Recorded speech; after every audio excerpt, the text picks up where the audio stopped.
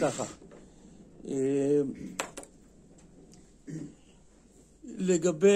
לגבי כיבוי גז על ידי סגירת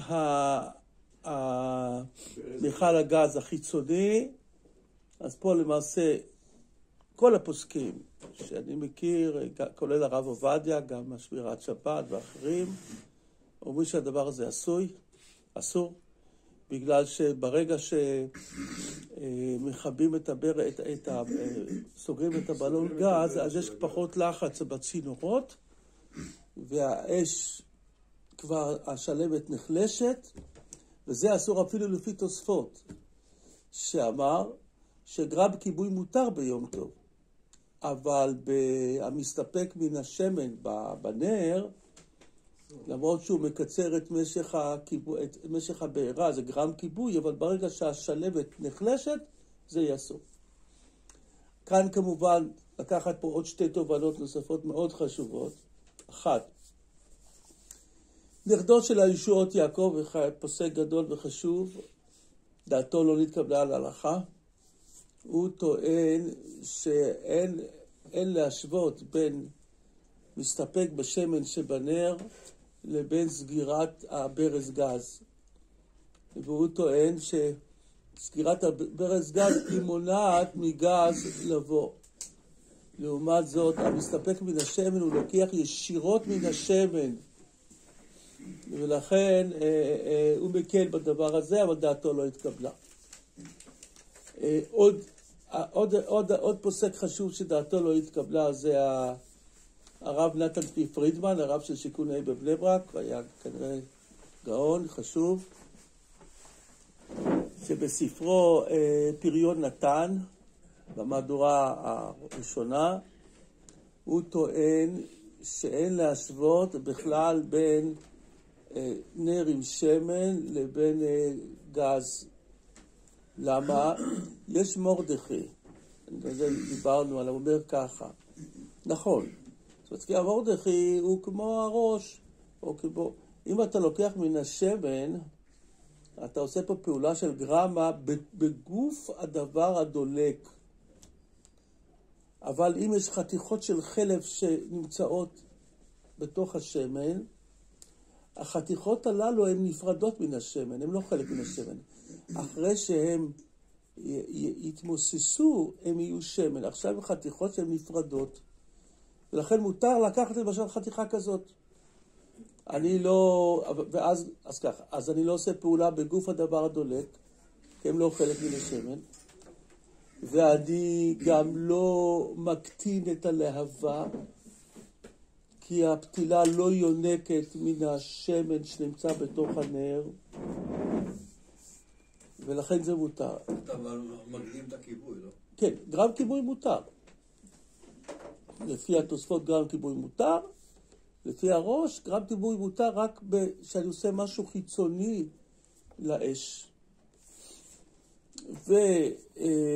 אז הוא אמר, הרב פרידמן, שאני סוגר את הגז החיצוני, אין קשר בין הגז לבין הקיריים. אין לזה שום קשר, זה רחוק, זה לא קשור. קשר ישיר.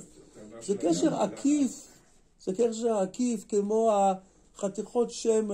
החתיכות חלב שאמר המרדכי, שאתה יכול לקחת. זה לא משנה, בגלל שאתה, כן, אבל הוא טוען, אבל בכל אופן, אם אין קשר בין הדברים, אז לכן הוא טען שזה, אבל חלקו עליו, ואמרו שזה לא נכון, וזה ממש הגז שבבלון, והצינורות מחברים את הקיריים עם הגז, וזה דבר אחד, זה כמו, והוא במדורה הראשונה הוא פסק להקל בדבר הזה, והחרימו אותו בבני ברק. ואז כתוצאה מזה, במהדורה השנייה הוא חזר בו. אומרים שגם הרב גורן יקל בדבר הזה, אבל אני לא ראיתי את זה כתוב. זה סגור הדבר הזה. זה דבר. עכשיו, זה דבר שאסור. עכשיו, מחלוקת שנייה זה ביחס לשעון שבת, להקדים את הכיבוי. מתי? במועד או בשבת? ביום טוב. ביום טוב. גם כאן, ככה, לוודאי שלפי התוספות זה יהיה מותר, בגלל זה פעולה של גרמה, ואתה לא רואה שום שינוי כרגע במזגן או באור. אבל השמירת שבת לא מחמיר בדבר הזה, והוא טוען עכשיו שוב, השאלה היא מהי הסיבה. גרם כיבוי יותר משום הפסד, כן? הפסד. אבל אם למשל אדם כיוון או טעה, היה את הפסקת חשמל והוא טעה בכיוון של השעון שבת, במקום שזה יכבה נניח ב-11 בלילה, זה יכבה ב-2 בלילה, זה לא כזה הפסד. זה לא כזה הפסד, ולכן הדבר הזה לא יהיה מותר. לפי השמירת שבת ולפי אחרים. מאידך... מה? תלוי על מה זה משפיע.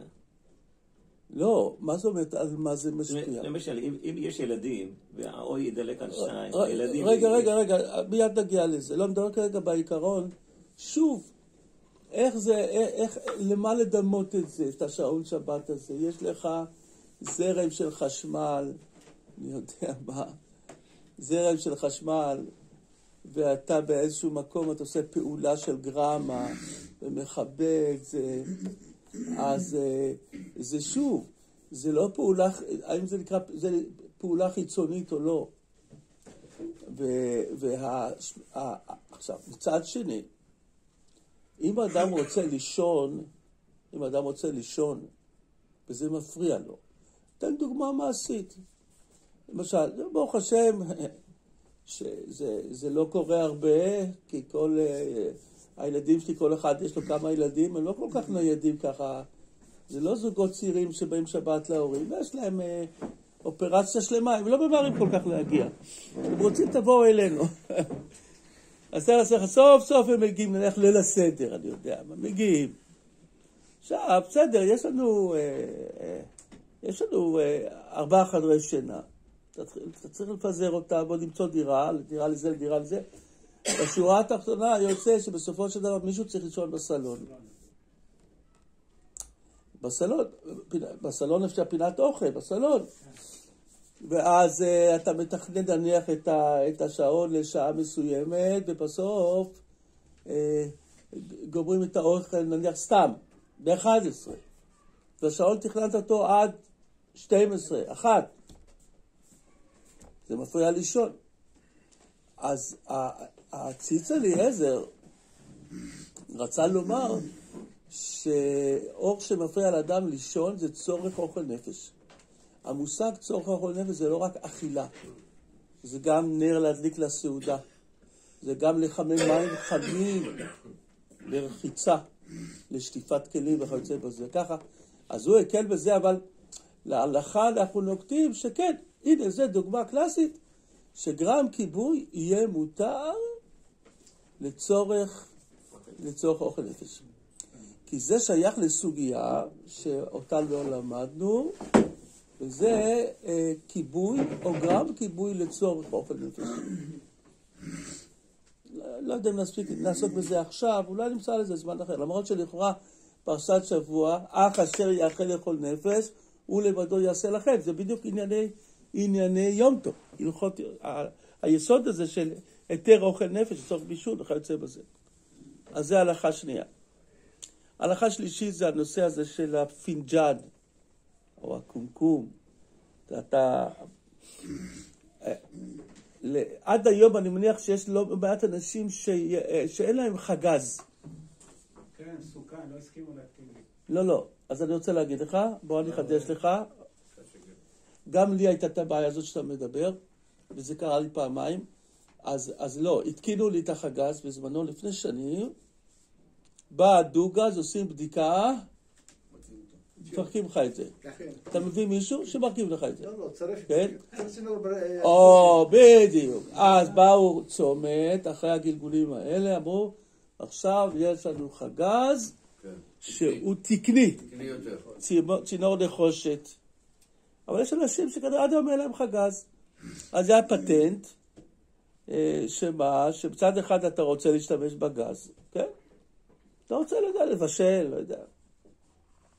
אתה לוקח, אתה מדליק את הגז, אתה שם פינג'אן, לשתות קפה, והמים גולשים, מכבים לך את הגז ונגמר הסיפור. פה יש מחלוקת גדולה. זה יפה בתיאוריה גם. למה? כי זה לא תמיד עובד. למה זה לא? אני לא משתמש בזה, יש לי משהו אחר לגמרי. מה, יש לך אינדוקציה? תמיד היה סיפורים עם זה. מה? תמיד היה לי סיפורים עם זה. כן? הפינג'אן? עם הפינג'אן? למה? כי המים לא גולשים? אתה צריך לקחת פינג'אן קטן, שהמים שהוא פחות מהקוטר של הלהבה. שאז שהמים גולשים על הלהבה, מכניסים. אם היית שואל אותו, אז לא. אבל בואו נלך ברמה העקרונית, כן? יש את העיקרון ויש את הפתרון. ברמה העקרונית אז ככה. הרב עובדיה ביביע אומר, ואחריו בנו הרב יצחק יוסף בילקוט יוסף, מתירים את הדבר הזה בשופי. כל הדין של ככה, כיבוי ביום טוב זה דרבנן. בכלל, כיבוי זה, כבר דיברנו על זה. אם אתה מכבה פחם, אז מלאכה צריכה לגופה, אני צריך את הכיבוי. זה מלאכה צריכה לגופה, זה איסור דאורייתא. אבל כל שאר הכיבויים, כמו גחלת של מתכת וכיוצא בזה, זה דרבנן כמו רבי שמעון, כי כך פוסקים להלכה. חוץ מהרמב"ם, שפוסק שמלאכה שאינה צריכה לגופה כמו רבי יהודה, וזה יהיה אסור מדאורייתא. אבל רוב הפוסקים זה דרבנן. הרב שלו שתיר לכבות... רגע, שנייה. עוד רגע, שנייה אחת. ואז, עוד שנייה, אני אחזור אליך, אל תדאג. מה קרה? בשביל תשומת לב. אז אתה צריך ודאי תשומת לב עכשיו. אז ככה, אז כיבוי זה דרבנן. גרם כיבוי זה דרבנן. גמרא במסכת שבת, דף קכ עמוד ב', לא תעשה מלאכה, דווקא עשייה, אבל גרם השרי. אבל זה אסור דרבנן. כולם סוברים ככה, גם הרמב"ם. זה פשוט, לא, גרמה זה דרבנן. אבל כולם סוברים או שבחלוקת בעניין? לא, הרמב"ם סובר שכיבוי עצמו... גרם כיבוי. כך נפסק להלכה. ככה נפסק להלכה. כמו רבנן שהולכים ברבי יוסי. וגם כיבוי דרבנן. רגע, שנייה אחת. כיבוי דרבנן. וגרם כיבוי זה דרבנן. אז אומר הרב עובדיה, זה כאילו, לכן הוא מקל בזה. הוא מקל בדבר הזה. אבל השמירת שבת אומר ככה, בקביעות אסור לי לעשות את הדבר הזה, הוא טוען. כי לפי הראש זה נחשב גרם כיבוי בגוף האש. הרב עובדיה אומר לא. הפינג'אן זה משהו חיצוני, זה כמו כדי חרס שסביב האש המתפשטת, שאתה שם סביב כדי חרס מלאים במים, והאש מבקעת את הכדים והמים יוצאים, נשפכים על האש. אז ככה גם הוא לומד שהפינג'אן זה כאילו משהו חיצוני, זה לא גרם כיבוי כמו שאתה חותך את הנר מלמטה, שזה בגוף הדבר, או שאתה מסתפק מן השמן שבתוך הכלי. והוא מתיר את זה באופן קבוע. א', שזה לא, הרי לפי השולחן ערוך פסק כמו הראש, שכל גרם כיבוי בגוף האש זה אסור. לכן לפי הראש, הפתרון של לחתוך את הקנדל מלמטה על ידי להבות, בצורה שזה לא עשיית כלי, זה אסור, כי זה פעולה בגוף הכלי. כן, והשולחן ערוך פסק כמותו. רק הרמ"א הקל יותר. אבל אומר הרב עובדיה, לא, הפינג'אן זה לא גרם כיבוי בגוף הכלי. אלא אתה מביא משהו חיצוני שזה פינג'אן, וזה המים נשפכים. השמירת שבת חולק על הדבר הזה. הוא אומר, לא, הדבר הזה לא באופן קבוע. אם למשל בטעות בישלת, כן? ופתאום לא שמת, ולא שכחת לכבות את האש. אתה יכול להשתמש בפתרון הזה. אם בטעות הדלקת את האש, בטעות, ככה כאילו, לא חשבת קדימה, מה שנקרא. אבל להשתמש בזה באופן קבוע, הדבר הזה הוא אוסר. אם אתה משתמש במים לקפה לא, ברור. אם אתה לא משתמש במים, אז זאת הבערה ללא צורך. אין לזה שום צורך. הצורך הזה הוא לא צורך מצווה. זה לא כמו שאתה, למשל... זה לא מערה שלא לצורך. זה לא מערה שלא לצורך. כן. האש כבר קיימת. אני גם עשיתי סיר מרק. כן. בישלתי מה שתבשיל. אבל למה אתה מכבה את האש עכשיו? למה אתה מכבה את האש? לא, אתה אומר לי מערה שלא לצורך. מה זה מערה שלא לצורך? לא, אני לא משהו אחר. אתה לקחת פיג'אן. שמת שם מים בשביל לעשות קפה. כן. ובסוף לא עשית קפה. לא, לכן לא עשיתי. זה מה שהוא שאל. אני שופך למחם של המים החמים. זה בסדר. אתה יכול גם מים קרים לשפוך. אני לא בטוח שזה... זה לכאורה כן. זה כן. לרפואת בלה בת מטילדה. לרפואת בלה בת מטילדה בתור שאר חולי בחולות ישראל. אז הוא... מה? אסתר מלכה בת חיים. לעילוי נשמת אסתר מלכה בת חיים.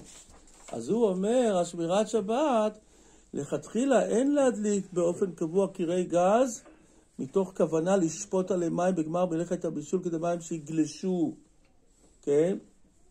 הוא אומר ככה, שכל היתר של גרמה זה בדרך מקרה. זאת אומרת, למשל, כשאתה פרסת שריפה ביום טוב בשבת, אז אתה צריך לכבות אותה. שם דנים מצד הפסד. אז אתה עושה את זה בדרך של גרמה, אבל באופן קבוע כל שבת לעשות גרמה, הדבר הזה יהיה אסור. יום טוב הרב. ביום טוב. הוא אומר, אך אין לנהוג כן בקביעות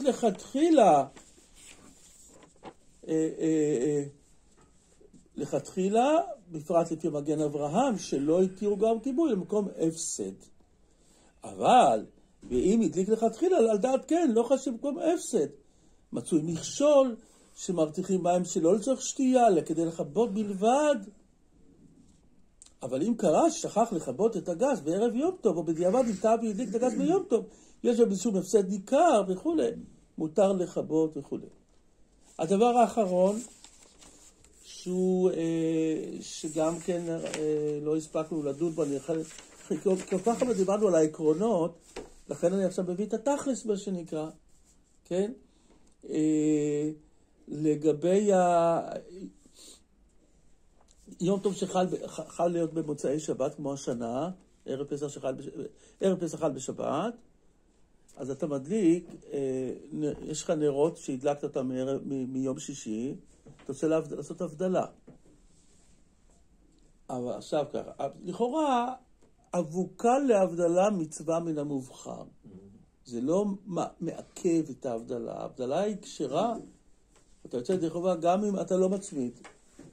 אבל בכל אופן הפוסקים כתבו שכן מותר לקרב את שניהם לצורך ברכת מאורי האש, ואחר כך יכול להפריד אותם. כן? אז יש פוסקים שתחבר רק את השלהבת. אל תחבר את השלהבת למשל של הנר הזה, שיגע בנר הזה, כי הוא מבעיר אותו. הוא מבעיר אותו שלא לצורך. ככה כתבו כאן, וזהו.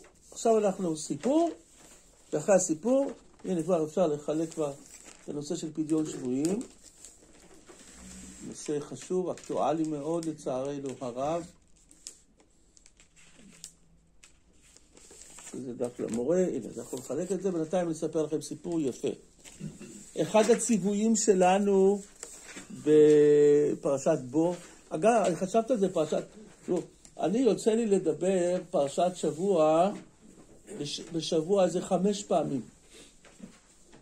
הרבה פעמים מדבר פה פרשת שבוע, ואז כיוון שזה לוקח כל כך הרבה זמן, אז היום אני לא יודע, פרשת שבוע כאן, ובית כנסת לוריה יוצא לי לדבר עוד איזה 4 פעמים פרשת שבוע. 5. אני שואל את עצמי, מה יהיה בויקרא? צו, שמיני, במקומות שיש קורבנות, מה אני אעשה? אבל פרשת בו, אני חושב לעצמי, יש שם, אתה יכול לדבר שם 120 שנה אתה יכול לדבר. אם יבוא מישהו.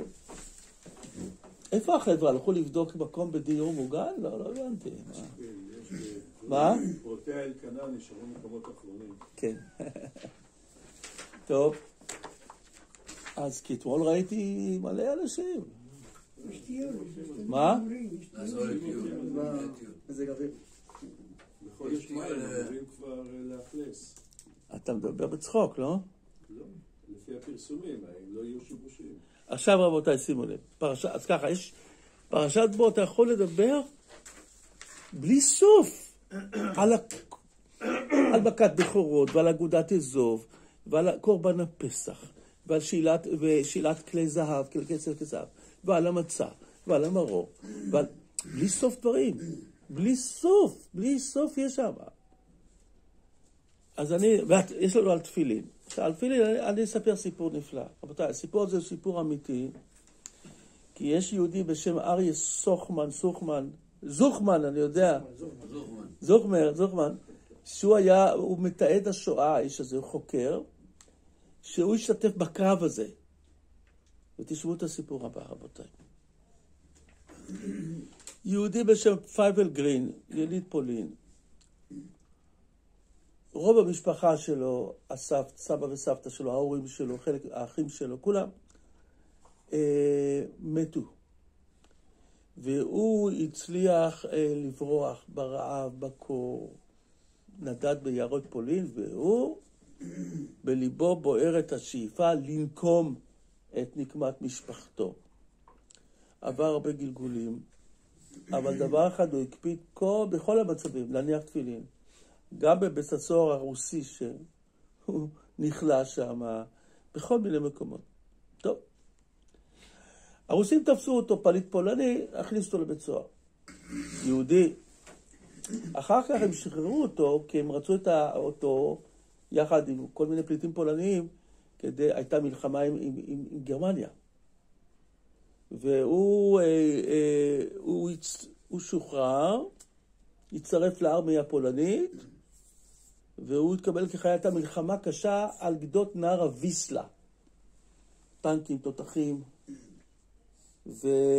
והרוסים והפולנים איתם נוחלים תבוסה, אבדות. ואז הם החליטו שהם נסוגים.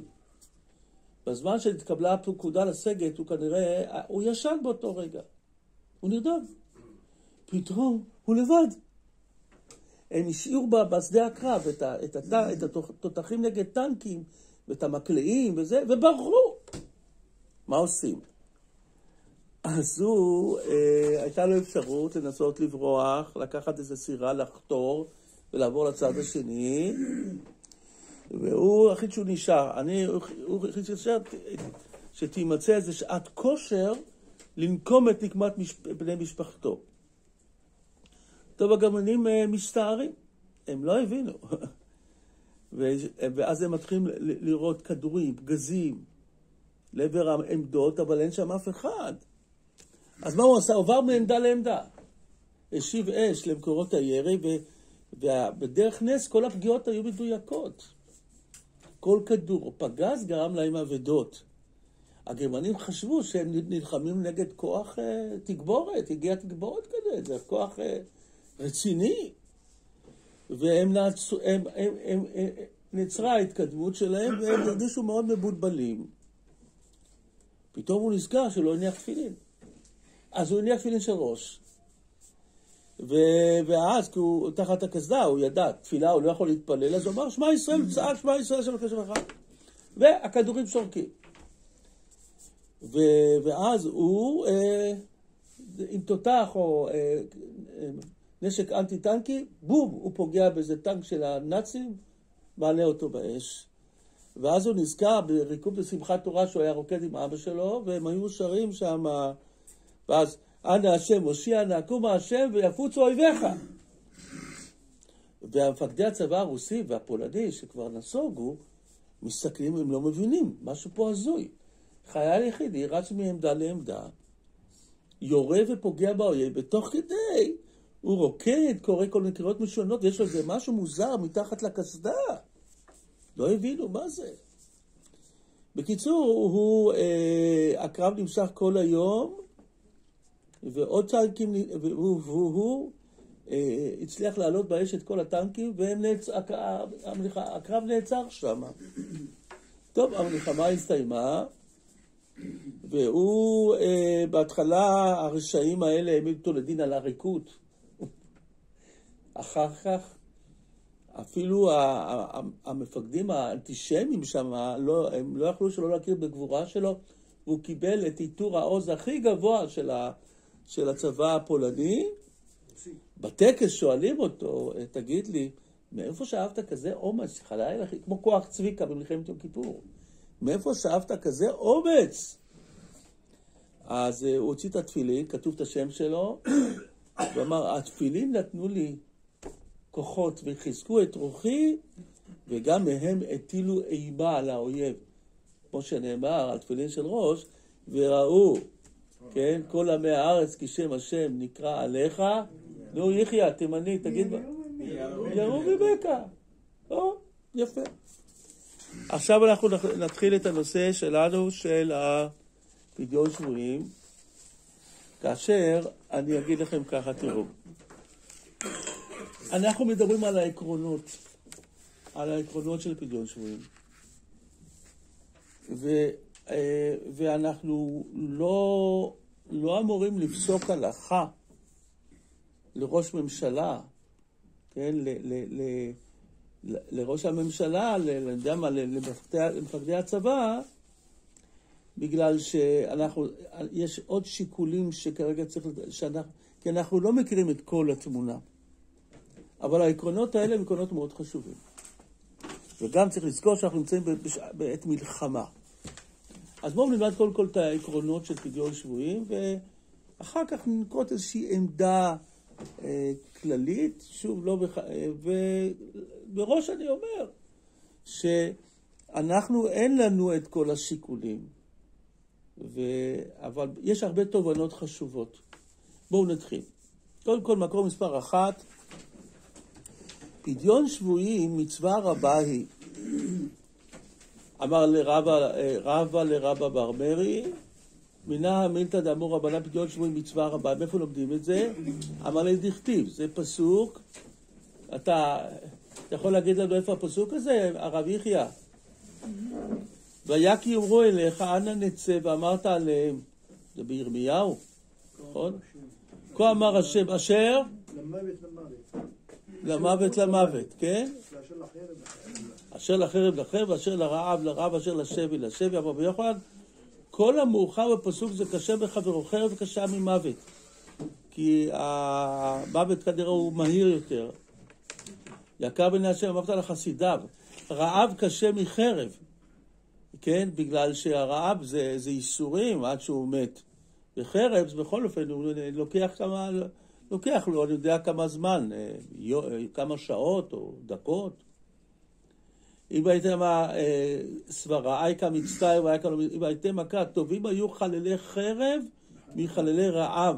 שבי קשה מכולם, שיש הכל בשבי. יש שם רעב, ויש שם חרב, ויש שם מוות. כמו שאומר רש"י, שהוא ביד העקום, לעשות בו כל חפצו, אם למות, אם לחרב, אם לרעב. ולכן, אומר השולחן ערוך, מקור 2, כל רגע שמאחר לפדות את השבויים, איך עד אפשר להקדים עוול כאילו שופך דמים. וכולנו, אז מהדהד לנו בתקשורת, כן, שבעצם אפשר היה לשחרר אותם כבר לפני הרבה חודשים, משיקולים קואליציוניים, כן, לא שחררו אותם, והדם הוא על הידיים שלכם, כן? הם רק שכחו שבלינקן אמר בעצמו שבכל פעם שהיה משא ומתן, מי שהכשיל את המשא ומתן זה חמאס. אבל היה מי שהתפאר, אני הצלחתי לעצור את זה. כולנו יודעים במי מדובר. לא, אבל כולם אומרים, למה חמאס לא הסכים? נו? כי נתניהו לא הסכים. נתניהו לא יש רדישות שלהם, אתה מבין? זה היה בשקרה הפוך על הפוך. אז כמובן, אם אתה אומר להפסיק את המלחמה ולסגת, עכשיו, אז בוודאי שהוא לא הסכים. הכל עכשיו. עכשיו רבותיי, ולשחרר את כל האסירים, כולם תמורת כולם, עכשיו. אז ודאי שהוא לא הסכים.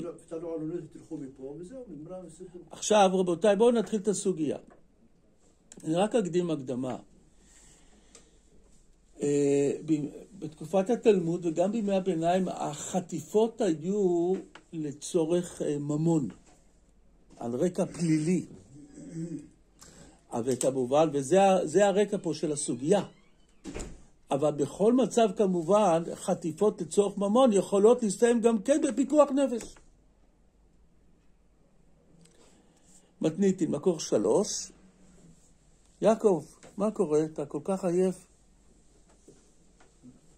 תבוא לכאן עם כוס תה, עוגה. מקור 3. אין פודים את השבויים יתר על כדי דמיהם. המושג דמיהם, אני כבר מקדים שני פירושים. פירוש אחד, כעבד הנמכר בשוק, זה השווי. פירוש שני, זה כנראה, בכל דור היה איזשהו שווי מסוים, שזה נקרא דמי השבוי. כן? מפני תיקון העולם. עוד מעט הגמרא תבאר מה זה מפני תיקון העולם. מה, אין לך דף? אין לך דף? אבל יש מלא דפים פה. בשביל כל הדפים, בשביל מה שילמנו? טוב. מקור 3. אנחנו ממשיכים מקור 3. ואין מבריחים את השבויים מפני תיקון העולם.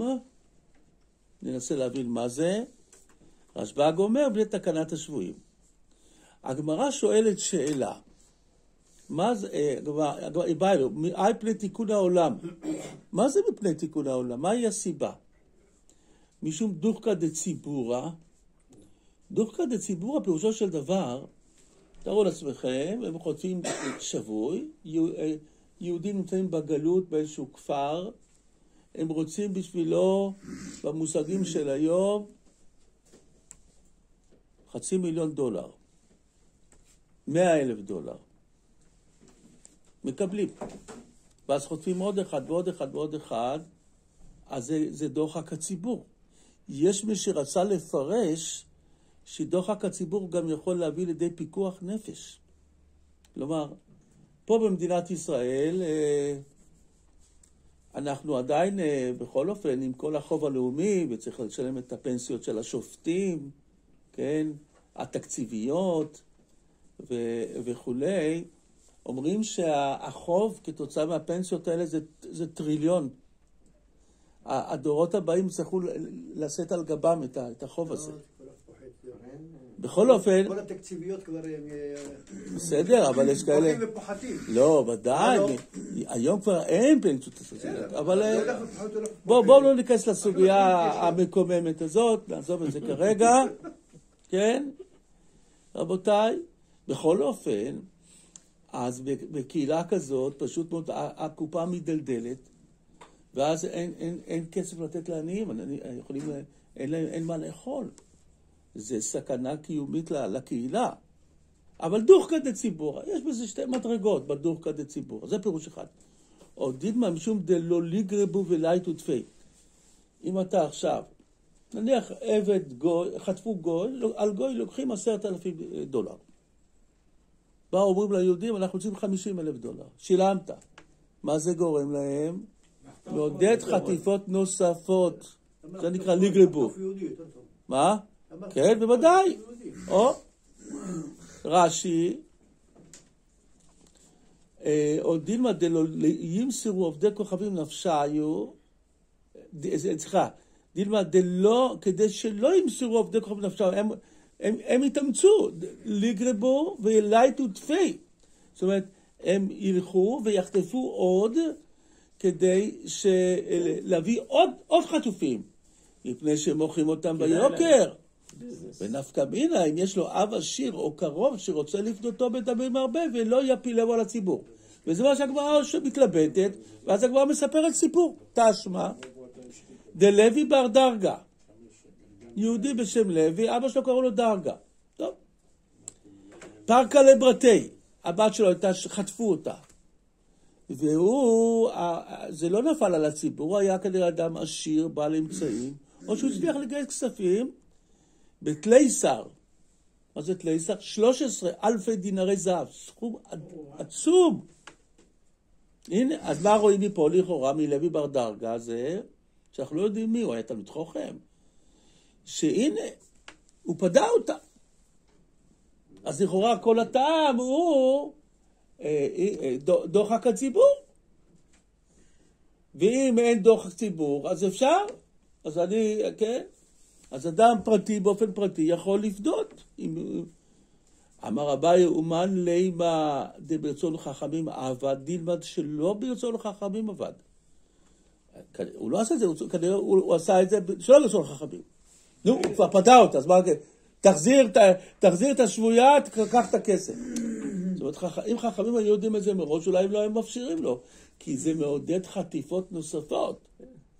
כן? ואז, בחטיפות נוספות, אז זה דוחק הציבור, זה מעודד חטיפות נוספות. עכשיו, אחר כך יש דיון נוסף בגמרא, אותה משנה, ואין מבריחים את השבויים, לחלץ אותם. אז יש שם הסבר שלמה לפי רשב"ג מפני תקנת השבויים. או בתיקון העולם אתה מסכן את עצמך שאתה, אפשרות אחת, שאתה פודה את השבויים, אפשרות שנייה, אתה מסכן את מי שנשאר. הם יהרגו אותם. אם רק יראו איזשהו חייל מתקרב, או יראו אותו במצלמה, כבר יהרגו את השבויים. ונפקא מינה, מה קורה כשאין שבוי? זה השבוע היחידי, ואני רוצה לחלץ אותו. אין שבויים אחרים. עכשיו, במה נחלקו הטעמים הללו? האם משום דוחק הציבור, או שזה מעודד חטיפות נוספות? במה נחלקו? וכמובן, איך נפסק להלכה? אז הרב קילב, למשל, הוא דיין חשוב, כתב מאמר בתחומין, והוא מסביר שלא חוששים לדוחק הציבור במקום שאדם נמצא כרגע בשבי. זה מתאים לכאורה לפסק שמצטטים בשם הרב עובדיה יוסף, וכאילו גם אומרים את זה היום הילדים שלו, וש"ס, שהשבויים נמצאים בסכנת נפשות. זה ודאות, זה ודאי. עכשיו, אם תשחרר מחבלים, אז יש סכנה שבעתיד, אם לא נעצור אותם, אז הם עלולים להרוג אנשים נוספים. יש חלקו עליו על הדבר הזה, וזאת הסיבה, אחת הסיבות שהוא התיר, כלומר, ששאלו אותו, אז הוא אמר שעל פי ההלכה צריך לתת כל מחיר בעבור, מה זה כל מחיר? נניח לפדות את עבור גלעד שליט, 1,400, לא יודע כמה שבויים. 1,027. מה? 1,027. 1,027, כן. ה-27 היה, 1,027 היה צנועה, תלצרות העשרה. הוא מה? הוא ב-27. הוא ב-1,027, תלצרות העשרה. או, אז כמובן, הרבה חלקו עליו, כמה יהודים? ואמרו שבמבחן התוצאה השיקול הזה הוא לא שיקול נכון. זאת אומרת, למשל יש גמרא בסנהדרין, לא תעמוד על דם רעך, כן? עכשיו, אם הוא נמצא בסכנה, וצריכה זה רק ספק סכנה רחוקה, אין ספק מוצאים מידי ודאי, אז אתה חייב להציל אותו. זה דוגמה לדבר הזה. אבל כאן חלקו על הרב עובדיה ואמרו לו, זה לא מתכתב עם המציאות. כי הם ברגע שהם השתחררו, הם היוו סכנה מיידית. זה לא סכנה, ספק סכנה עתידית. וכולנו יודעים שמבחן התוצאה, מה קרה כששחררו כל כך הרבה שבויים בעסקת שליט. 70% מהם חזרו לזה. עכשיו, אבל כאן בסוגיה, שאתה מעמיד אדם שנמצא בשבי או דוחק הציבור זה משהו עתידי. זה דבר אחד. וגם אם השבוי כרגע לא נמצא בסכנת חיים, אבל זה יכול להתפתח לסכנת חיים. אז זה השיקול שלכאורה, אם הטעם הוא, זאת אומרת, אם הטעם הוא שהם יחטפו, זה סיבה יותר חזקה, למנוע חטיפות נוספות. אבל דוחק הציבור זה לא סיבה כנראה מספקת, דווקא מינה, שאם למישהו יש, שאם יש...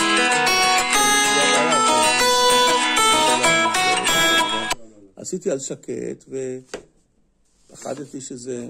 טוב, בכל אופן, אם זה דוחק...